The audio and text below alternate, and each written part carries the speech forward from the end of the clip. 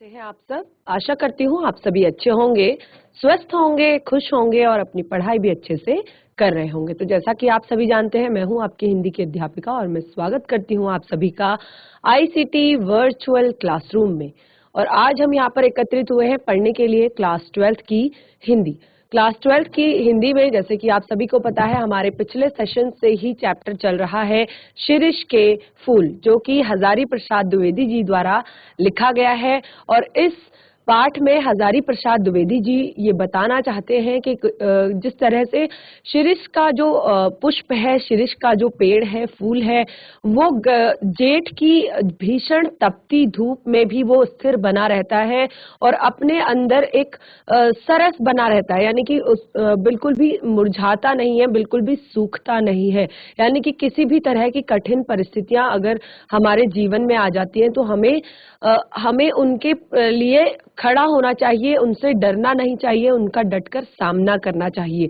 और एक और चीज वो इस पाठ में अभी तक जो हमने पढ़ा है उसमें बता रहे हैं कि जिस तरह शिरीष के फूलों में जो बीज आ जाते हैं, यानी कि जो फल आ जाते हैं, वो डटे रहते हैं जो उनके नेक्स्ट जो नए जो उनके फूल आते हैं तब तक। तो इस वो समाज के बारे में बताया है कि यहाँ पर भी कुछ ऐसे जो सत्ताधारी लोग होते हैं वो क्या करते हैं कि वो अपनी सत्ता से भले ही वो हट जाए, लेकिन उनके अंदर वो जो चीज एक होती है कि पकड़ के रखने वाली चीज, वो उनके अंदर से नहीं जाती। और जो नए लोग आते हैं उन्हें फिर बड़ी बड़ी मशक्कत के बाद उन्हें धकेलते हैं। तो यही सारी चीजें अभी तक हमने इसमें पढ़ी है। इसी चैप्टर को कंटिन्यू करते हैं, चलते हैं स्मार्ट बोर्ड की तरफ। सभी बच्चे ध्यानपूर्वक पढ़ेंगे। तो ये जो चैप्टर है, जैसे कि मैंने आपको बताया, अभी तक हम इसमें ये सारी चीजें पढ़ चुके हैं, बहुत सारी की यहाँ पर बताया कि जो अमलतास के बारे में कहते हैं कि अमलतास जो है वो किस तरह का फूल है। वो केवल यहाँ पर जो वसंत ऋतु आती है उसमें वो खिलता है।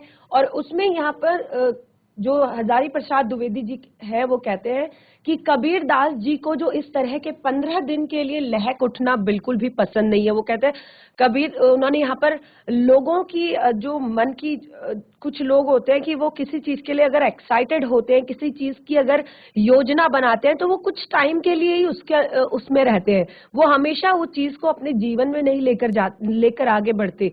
तो यहाँ पर हजारी प्रसाद द्विवेदी जी कहते हैं कि कबीर दास जी को इस तरह 15 दिन के लिए लहक उठना पसंद नहीं था। यानी कि कम समय के लिए तुम बहुत अच्छा अपने आप को दिखाने की कोशिश करो तो ये अच्छी बात नहीं है। तो वो कहते हैं जब बहुत ही ज्यादा गर्मी होती है, यानी कि जब जेठ का महीना होता है और उमस से प्राण उबल रहे होते हैं, लू हृदय को सुखा रही होती है, तो उस समय मात्र एक जो शिरीष है कालजयी अवधूत की भांति जीवन की अजेयता का मंत्र प्रचार करता रहता है कि जीवन जो है वो अजेय है। बस आपको क्या करना है, आपको उसके लिए मेहनत करनी है, कठिन परिश्रम करना है। तो इस तरह से बहुत सारी चीजें हमने इस पाठ में पढ़ी थी जो कि हजारी प्रसाद द्विवेदी जी ने बताया हमें। और ये एक शिरीष के वृक्ष का चित्र आपकी ही पाठ्य पुस्तिका से लिया गया, यहाँ पर दिखाया गया है आपकी पाठ्य पुस्तिका में। और इसके बाद कहते हैं फूलों की जो कोमलता है उसको देखकर परवर्ती कवियों ने समझा कि उसका सब कुछ कोमल है। जो परवर्ती कवि हैं उन्होंने फूलों की कोमलता को देखकर समझा कि उसका सब कुछ कोमल है, लेकिन भूल गए कि इसके फल कितने मजबूत होते हैं। तो जैसे मैंने अभी आपको बताया कि इसके फल जो है वो बहुत ज्यादा मजबूत होते हैं, वो नए फूलों के निकल आने पर भी अपना स्थान नहीं छोड़ते, जब तक कि नए फल और पत्ते मिलकर उन्हें धकियाकर बाहर नहीं कर देते, तब तक वो डटे रहते हैं। और वसंत के आगमन के समय जब सारी वनस्थली, वन की पूरी जो स्थली है, वन का जो पूरा स्थान है, वो पुष्प पत्र से मर्मरित होती रहती है, तो शिरीष के जो पुराने फल हैं तब भी वो बुरी तरह खड़खड़ाते रहते हैं। यानी कि देखिए यहाँ पर बिल्कुल क्लियर किया है कि मुझे इनको देखकर उन नेताओं की बात याद आती है जो किसी प्रकार जमाने का रुख नहीं पहचानते और जब तक नई पौध के लोग उन्हें धक्का मारकर निकाल नहीं देते तब तक वो जमे रहते हैं। यानी कि मैं सोचता हूं कि पुराने की यह अधिकार लिप्सा क्यों नहीं समय रहते सावधान हो जाती। अधिकार लिप्सा यानी कि वो अपना अधिकार, जो ये पुराने फल हैं शीर्ष के, वो पेड़ पर अपना अधिकार समझते हैं और वो बिल्कुल जमे रहते हैं, उस पर डटे रहते हैं और खड़कते रहते हैं। यानी कि उनके बीज जो है वो इतने ज्यादा मजबूत होते हैं, वो अंदर बीज जो है फली के अंदर जो है खड़कते रहते हैं, बजते रहते हैं। बिल्कुल उसी तरह जिस तरह पुराने जो लोग हैं, नेता जो हैं, वो नए जमाने के रुख को नहीं पहचान पाते और तब तक जब तक कि नई पौध के लोग यानी कि नए जो लोग हैं, नए सोच के जो लोग हैं, उन्हें धक्का मारकर निकाल नहीं देते, यानी कि उनकी जगह अपना अधिकार नहीं स्थापित कर लेते, तब तक वो जमे रहते हैं। और यहाँ पर बहुत सारी चीजें हमें और बताई कि एक एक बार मुझे मालूम होता है कि शीर्ष एक अद्भुत अवधूत है, दुख हो या सुख हो वह हार नहीं मानता, न ऊधो का लेना न माधो का देना। यानी कि जो शीर्ष का जो फूल है वो हर परिस्थिति में डटा रहता है। और जैसे कि हमने एक चीज यहाँ पर और पढ़ी थी कि वो कहाँ से इतनी भीषण गर्मी में, जबकि सब नदी तालाब पोखर जमीन सब सूख जाती है, तो वो कहाँ से इतना, कैसे इतना सरस बना रहता है, वो कहाँ से अपने लिए जल अवशोषित करता है। तो यहाँ पर बताया गया था कि जो शीर्ष का फूल है, शीर्ष का जो पेड़ है, वो वातावरण से अपने लिए जल और बाकी चीजें अवशोषित करता है। यानी कि जो वाष्प के रूप में जल जा रहा होता है तो उसे अपने आप अवशोषित कर लेता है। और यहाँ पर कबीर दास जी की तुलना भी शीर्ष के समान ही की है।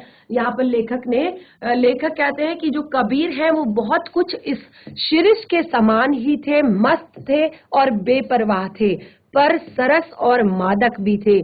कालिदास भी जरूर अनासक्त योगी रहे होंगे और शीर्ष के फूल फक्कड़पना मस्ती से ही उपज सकते हैं।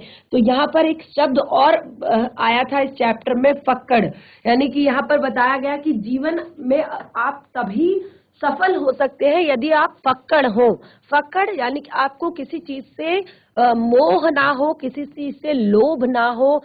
आप बहुत ज्यादा चिंता में जो इंसान ज्यादा डूबा रहेगा वो बहुत ज्यादा खुश नहीं हो सकता, वो बहुत अच्छे से जीवन को एंजॉय नहीं कर सकता, वो बहुत अच्छे से जीवन को जी नहीं सकता। तो फक्कड़ होने की यहाँ पर बात की गई थी। तो अब यहाँ पर जैसे कि कवि कहते हैं, यहाँ पर कवि कहते हैं बनना है कि मेरे दोस्तों फक्कड़ बनो, शिरीष की मस्ती की ओर देखो, लेकिन अनुभव ने मुझे बताया कि कोई किसी की नहीं सुनता, मरने दो। कालिदास वजन ठीक रख सकते थे क्योंकि वो अनासक्त योगी की स्थिर प्रतिज्ञा और विदग प्रेमी का हृदय पा चुके थे। कवि होने से क्या होता है, छंद तो मैं भी बना लेता हूँ, लेखक कहते हैं, और कालिदास भी छंद बना लेते थे, तुक भी जोड़ ही सकते होंगे, इसीलिए हम दोनों एक श्रेणी के नहीं हो जाते हैं। तो किसी के साथ कंपेयर करने से, किसी के साथ तुलना करने से लेखक कहते हैं कि मैं उनकी तरह नहीं हो जाता हूं कि जो महान कवि कालिदास हैं। तो क्या देखिए, छंद तो मैं भी बना लेता हूं, तुक भी जोड़ लेता हूं, और कालिदास भी छंद बना लेते थे, तुक भी जोड़ लेते थे। तो ऐसा बोलकर क्या मैं उनकी तरह हो जाऊंगा? नहीं। पुराने सहृदय ने किसी ऐसे ही दावेदार को फटकारते हुए कहा था, वयमपि कवयः कवयः कवयस्ते कालिदास साधा। मैं तो मुग्ध और विमूढ़ होकर कालिदास के एक एक श्लोक को देखकर हैरान हो जाता हूँ। और अब इस शिरीष के फूल का ही एक उदाहरण लीजिए। तो ये हमने बहुत सारी चीजें इसमें पढ़ी थी कि किस तरह से कालिदास की जो जो कालिदास की कविताएं हैं उसमें उनके बारे में यहाँ पर बताया गया था। अब हमें यहाँ पर बताया कि राजा दुष्यंत भी अच्छे भले प्रेमी थे। उन्होंने शकुंतला का चित्र बनाया था, लेकिन रह रहकर उनका मन खींच उठता था और कहीं न कहीं कुछ छूट गया है। बड़ी देर के बाद उन्हें समझ में आया कि शकुंतला के कानों में वे उस शीरिष के फूल को देना भूल गए जिसके केसर गंड स्थल तक लटके हुए थे, और रह गया सरचंद्र की किरणों के समान कोमल और शुभ्र मृणाल का हार। कालिदास सौंदर्य के बाह्य आवरण को भेदकर उसके भीतर तक पहुंच सकते थे। दुख हो कि सुख, वे अपने भाव रस उस अनासक्त कृपी वल की भांति खींच लेते थे जो निर्दलित इक्षुदंड से रस निकाल लेता है। कालिदास महान थे क्योंकि वे अनासक्त रह सके थे। कुछ इस श्रेणी के अनासक्ति आधुनिक हिंदी कवि सुमित्रा नंदन पंत में भी है। तो सुमित्रा नंदन पंत को कालिदास के समान बताते हुए कहा है कि कालिदास महान थे। क्यों महान थे? क्योंकि वे अनासक्त रह सके, यानी कि वो बहुत ज्यादा लिप्सा में नहीं पड़े, वो बहुत ज्यादा चीजों से नहीं जुड़े। तो कुछ इसी श्रेणी की अनासक्ति जो आधुनिक हिंदी के कवि हैं सुमित्रा नंदन पंत जी थे। तो कविवर रविंद्रनाथ टैगोर में भी यह अनासक्ति थी। एक जगह उन्होंने लिखा था, राजोधान का सिंहद्वार कितना ही अब्र भेदी क्यों न हो, उसकी शिल्प कला कितनी ही सुंदर क्यों न हो, वह यह नहीं कहता कि हमें आकर ही सारा रास्ता समाप्त हो गया है। असल गंतव्य स्थान उसे अतिक्रम करने के बाद ही है। यही बताना उसका कर्तव्य है। फूल हो या पेड़, वह अपने आप में समाप्त नहीं है, वह किसी न किसी अन्य वस्तु को दिखाने के लिए उठी हुई उंगली है, वह इशारा है। तो यहाँ पर कवि ने कहा था, लेखक ने, कि चाहे जो फूल हो या पेड़ हो, वह अपने आप में कभी भी समाप्त नहीं है। देखिए, फूल निकलता है तो वो फल को लेकर आता है, और फल दोबारा से बीज बन जाता है और उससे फिर एक नया पौधा उगता है। तो वो फूल हो या पेड़ हो, वह कभी भी अपने आप में समाप्त नहीं है। अगर फूल मुरझा भी गया है तो उसके जो बीज है वो एक नया पौधा उगाने में सक्षम होते हैं, और पेड़ तो नए फूल उगाता ही है। तो आप किसी अन्य वस्तु को दिखाने के लिए उठी हुई एक उंगली होती है, और एक इशारा होता है कि फूल के बाद फल आएगा, फल के बाद बीज आएगा, और बीज से ही एक नया पौधा बनेगा, और एक नया पौधा जब बड़ा होगा तो उसमें फिर से फूल आएंगे, फिर से फल आएंगे। तो शीरिष तरु सचमुच पक्के अवधूत की भांति मेरे मन की ऐसी तरंगों को जगा देता है जो ऊपर की ओर उठती रहती है। इस चिलकती धूप में इतना सरस वह कैसे बना रह सकता है? क्या बाह्य परिवर्तन, धूप, वर्षा, आंधी, लू अपने आप में सत्य नहीं है? हमारे देश के ऊपर से भी यह मार काट, अग्निदाह, लूटपाट, खून खच्चर का बवंडर बह गया है, उसके भीतर क्या स्थिर रहा जा सकता है?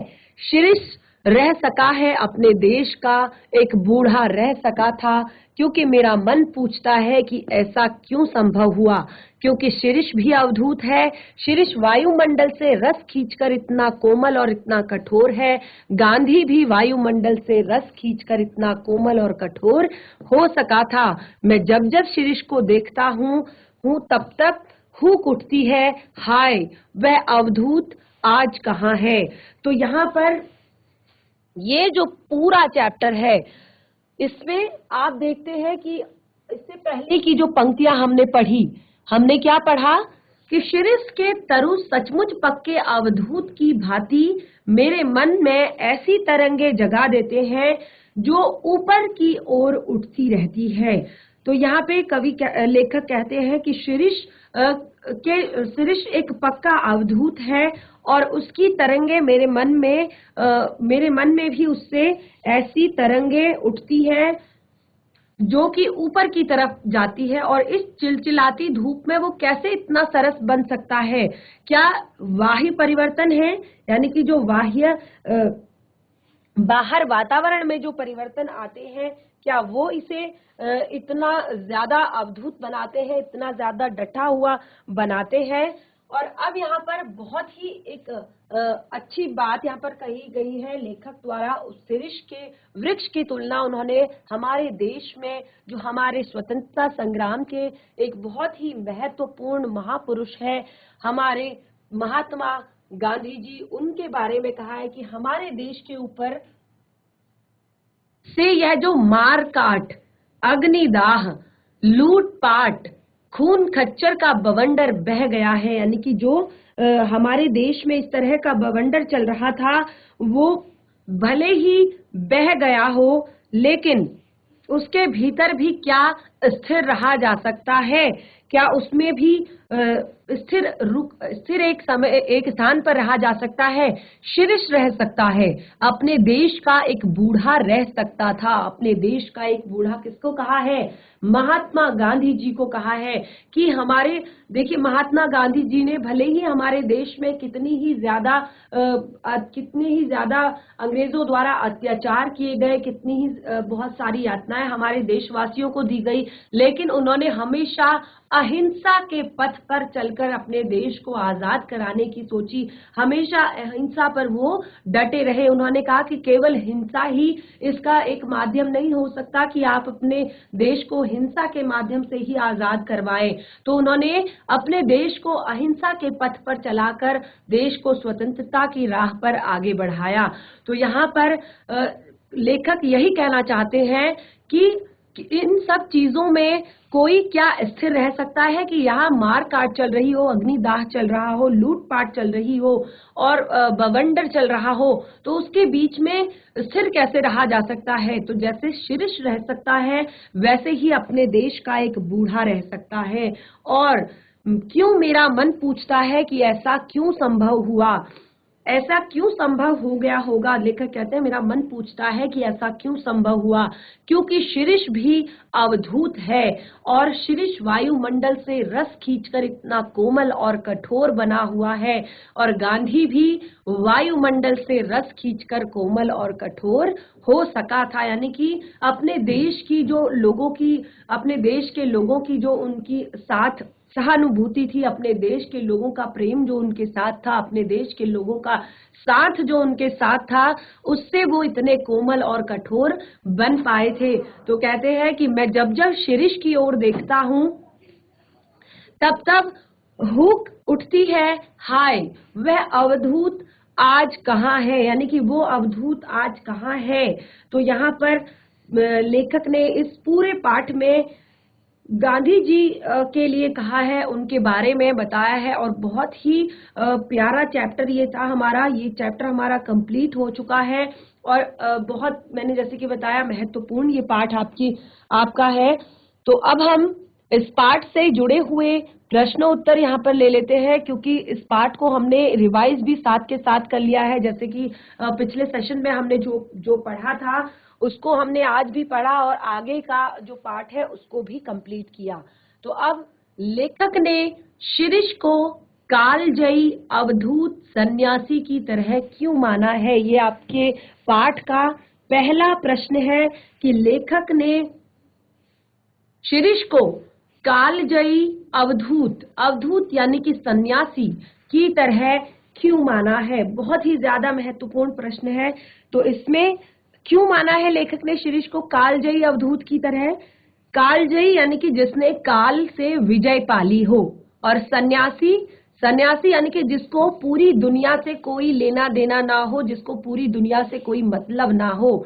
तो बिल्कुल शीर्ष भी उसी तरह था, कालजयी था, यानी कि पृथ्वी पर जितनी धूप पड़ रही है, वर्षा हो रही है, आंधी आ रहे हैं, तूफान आ रहे हैं, वो बिल्कुल स्थिर है, अपने स्थान पर स्थिर है, और उसी तरह सरस बना हुआ है, उसी तरह कोमल बना हुआ है जिस तरह वो सामान्य दिनों में बना रहता है। तो यहाँ पर क्यों उसे इस तरह का कोमल कहा है?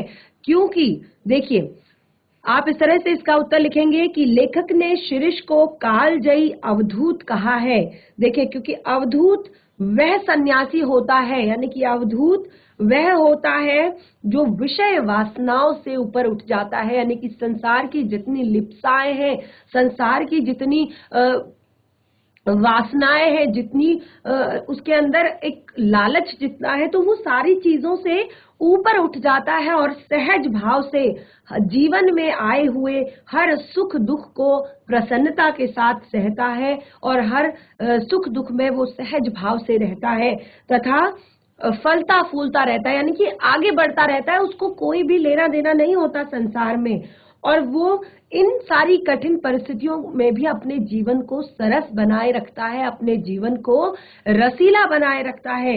बिल्कुल ठीक इसी तरह जो शीर्ष का वृक्ष है, जैसे कि मैंने बताया, वो भयंकर गर्मी, लू, आंधी, तूफान, वर्षा, हर परिस्थिति में आपकी वसंत ऋतु से शुरू होकर लगभग भादों के मास तक वो फलता फूलता रहता है, फूलों से लदा रहता है। और जिस समय गर्मी की धूप में लोगों के हृदय लू से सूखने लगते हैं, प्राण सूखने लगते हैं, उस अवस्था में भी ये जो शीर्ष का वृक्ष है, ये कालजयी अवधूत की भांति जीवन की अजेयता का प्रमाण देता रहता है और जीवन की अजेयता का मंत्र प्रचार करता रहता है और अपने एक स्थिर भाव पर खड़ा रहता है। इसीलिए लेखक ने शीर्ष के वृक्ष को कालजयी अवधूत की तरह माना है। बहुत ही प्यारा उत्तर भी आप इसका देख सकते हैं कि किस तरह से आप इसका उत्तर लिखेंगे। दूसरा है आपका, हृदय की कोमलता को बचाने के लिए व्यवहार की कठोरता भी कभी कभी जरूरी हो जाती है।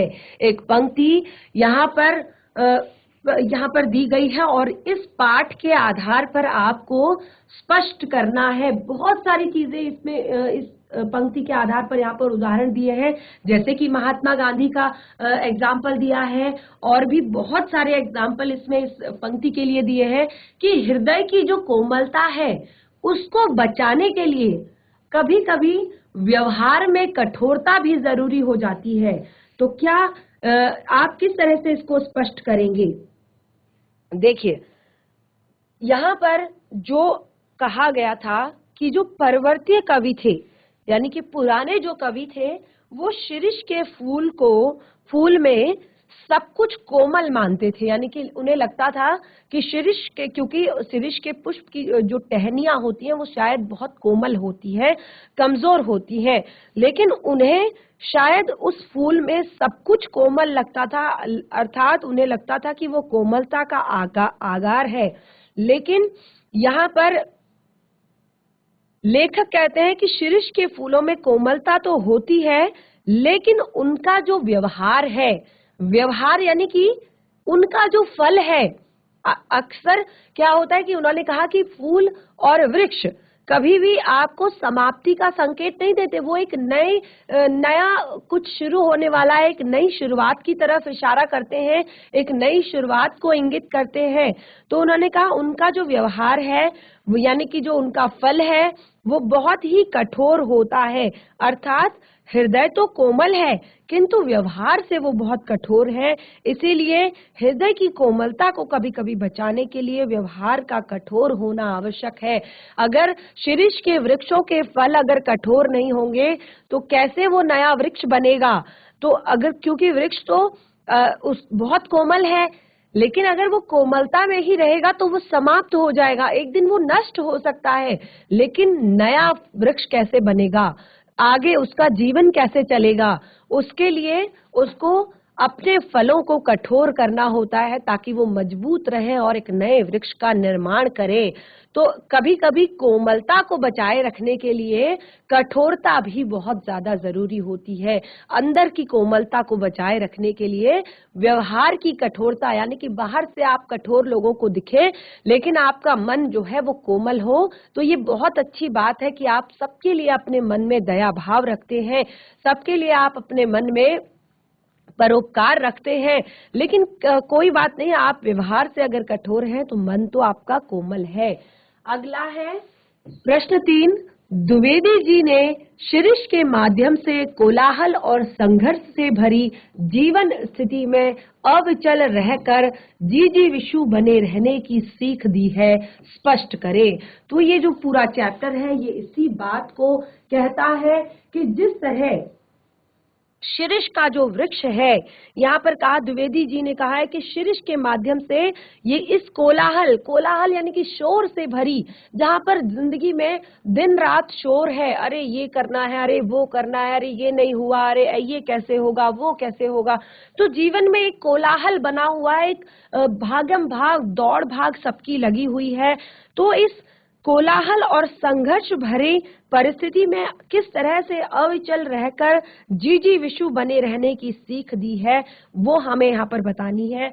तो द्विवेदी जी ने शीर्ष के माध्यम से हमें इस कोलाहल और संघर्ष भरी जीवन स्थिति में अविचल रहकर जीजी विशु बने रहने की सीख दी है। उन्होंने कहा है, बिल्कुल वही एग्जाम्पल आप यहाँ पर दे सकते हैं कि जिस तरह भीषण गर्मी में जो उमस और लू जब चलती है तो उस समय भी जो शीर्ष का वृक्ष है वो सरस बना रहता है, तो इसी तरह भले ही आपके जीवन में कितनी ही कठिनाइयां आ जाए, कितनी भी परेशानियां आ जाए, कितनी भी दिक्कतें आपको आ जाए, आप सदैव केवल और केवल संघर्ष कीजिए। आप हार मत मानिए, आप उसके लिए परेशान मत होइए। यहाँ पर देखिए, बहुत ज्यादा भ्रष्टाचार है, बहुत ज्यादा अत्याचार है, बहुत ज्यादा दंगे हो रहे हैं, बहुत ज्यादा लूटपाट हो रही है, लेकिन इसके बावजूद भी आपको निराश नहीं होना है। आपको उन सारी चीजों के बारे में सोचकर घर पर नहीं बैठ जाना है या डर कर नहीं बैठ जाना है। आपने हमेशा आपसे कितना अच्छा हो सकता है, यानी कि आप क्या क्या अपने देश के लिए प्रगति की राह खोल सकते हैं, अपने लिए प्रगति की राह खोल सकते हैं, उस दिशा में आपको हमेशा कदम बढ़ाने चाहिए। तो इस तरह से बहुत ही अच्छी सीख द्विवेदी जी ने दी है, आप इसको लिख सकते हैं। अगला प्रश्न नंबर 4, हाय वह अवधूत आज कहाँ है। इस पाठ की अंतिम पंक्ति जो हजारी प्रसाद द्विवेदी जी द्वारा लिखी गई है, हाय अब वह अवधूत आज कहाँ है। तो ऐसा कहकर लेखक ने आत्मबल पर देह बल के वर्चस्व की वर्तमान सभ्यता के संकट की ओर संकेत किया है। कैसे? आत्मबल पर देह बल, यानी कि जो उनकी आत्मा थी उस पर देह बल के वर्चस्व। आत्मा है, अच्छी आत्मा है, लेकिन जब तक देह नहीं है तो आत्मा का कोई वर्चस्व नहीं है। जब तक, क्योंकि आत्मा कहाँ रहती है? देह के अंदर रहती है, शरीर के अंदर रहती है। तो जब तक आत्मा नहीं, जब तक शरीर नहीं है तो उसमें आत्मा कहाँ से होगी? तो हाय आज वह अवधूत कहाँ है। तो यानी कि गांधी जी को याद करते हुए इन पंक्तियों के माध्यम से कहते हैं कि आत्मबल पर देह बल के वर्चस्व की वर्तमान सभ्यता के संकट की ओर संकेत किया है।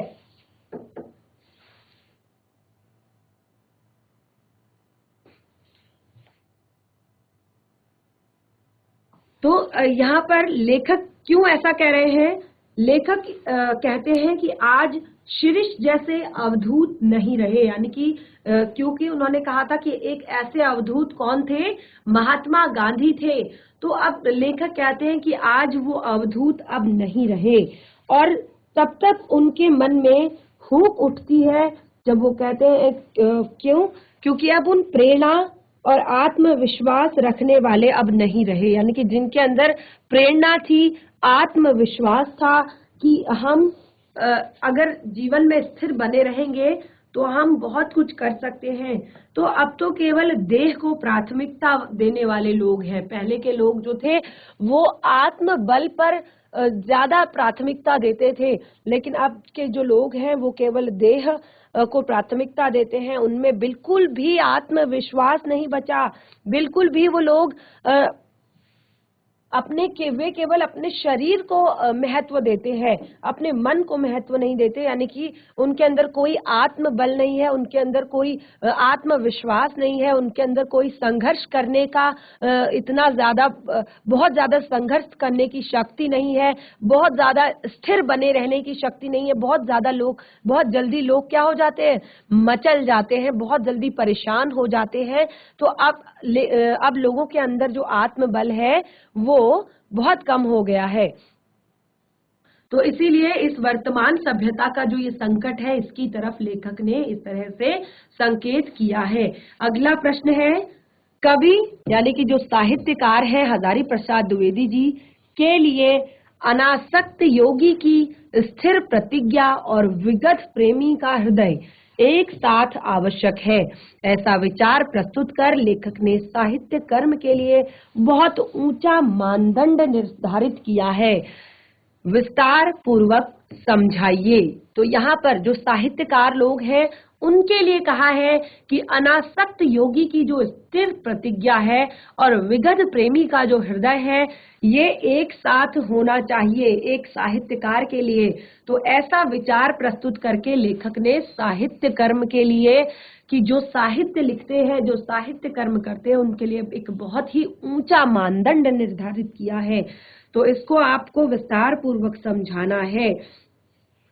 देखिए यहाँ पर क्या चीजें उन्होंने कहा था कि बहुत सारी चीजें उन्होंने यहाँ पर एग्जाम्पल दी थी कि लेखक ने माना था कि कवि जो होते हैं वो अनासक्त योगी की स्थिर प्रतिज्ञा और विगत प्रेमी का हृदय होना आवश्यक है कवि के लिए। और उन्होंने कहा कि जो अनासक्ति योगी की तरह स्थिर प्रज्ञ रहे, विदग प्रेमी की तरह सहृदय हो, और केवल छंद बना लेने से कोई कवि नहीं हो जाता, किंतु जो महाकवि नहीं किंतु महाकवि नहीं हो सकते कि केवल छंद बना लिए तो वो कवि बन गए या महाकवि बन गए। संसार की अधिकतर जो सरस रचनाएं हैं वो अवधूत मुंहों से निकली है, यानी कि वे लोग जो स्थिर हैं, वे लोग जो अनासक्त योगी हैं, वे लोग जो विगत प्रेमी हैं और सरस हृदय रखते हैं, उनके मुंह से ज्यादातर जो सरस रचनाएं हैं वो निकली हुई हैं। लेखक ने यहाँ पर कबीरदास और कालिदास को महान माना है, आपने देखा होगा, क्योंकि उन्होंने कहा कि केवल इन्हीं में अनासक्ति का भाव है और यही व्यक्ति शिरीष के समान मस्त, बेपरवाह, फक्कड़ और सरस और मादक है। और उन्होंने कहा कि वही कवि महान बन सकता है जो सौंदर्य की परख का सच्चा प्रेमी हो और केवल आनंद की अनुभूति के लिए सौंदर्य की उपासना करता हो। और उन्होंने यह भी कहा कि कालिदास में भी यह गुण विद्यमान है। तो उन्होंने 3 लोगों को महान कवि कहा है। उन्होंने यहाँ पर कबीर और कालिदास को महान कवि माना है। उन्होंने क्योंकि उन्होंने कहा कि ये जो लोग हैं ये शिरीष के समान मस्त हैं, फक्कड़ हैं, बेपरवाह हैं, किंतु साथ ही साथ सरस भी है और मादक भी है। तो इस तरह से बहुत ही अच्छी तरीके से आप इस प्रश्न का उत्तर लिख सकते हैं अगर आपने पाठ को अच्छे से पढ़ा है। अंतिम जो 2 प्रश्न यहाँ पर दिए गए हैं, सर्वग्रासी काल की मार से बचते हुए दीर्घजीवी हो सकते हैं जिसने अपने व्यवहार में जड़ता छोड़कर नित्य बदल रही परिस्थितियों में निरंतर गतिशीलता बनाए रखी है। पाठ के आधार पर आपको स्पष्ट करना है। तो पाठ को एक बार पढ़िए और उसके बाद से आप इस बात को यहाँ पर स्पष्ट करेंगे। अगला प्रश्न है, आश्रय स्पष्ट कीजिए। तो ये आपको पाठ में दिए गए कुछ पंक्तियां हैं और इन्हीं का आपने आश्रय स्पष्ट करना है। तो ये 2 प्रश्न आपके लिए होमवर्क है और आशा करती हूँ कि आपको भले ही पाठ पढ़ने में इतनी चीजें समझ नहीं आई होंगी जितना आपने जब प्रश्नों के उत्तर समझे हैं यहाँ पर, तब आपको सारी चीजें क्लियर हो गई हैं।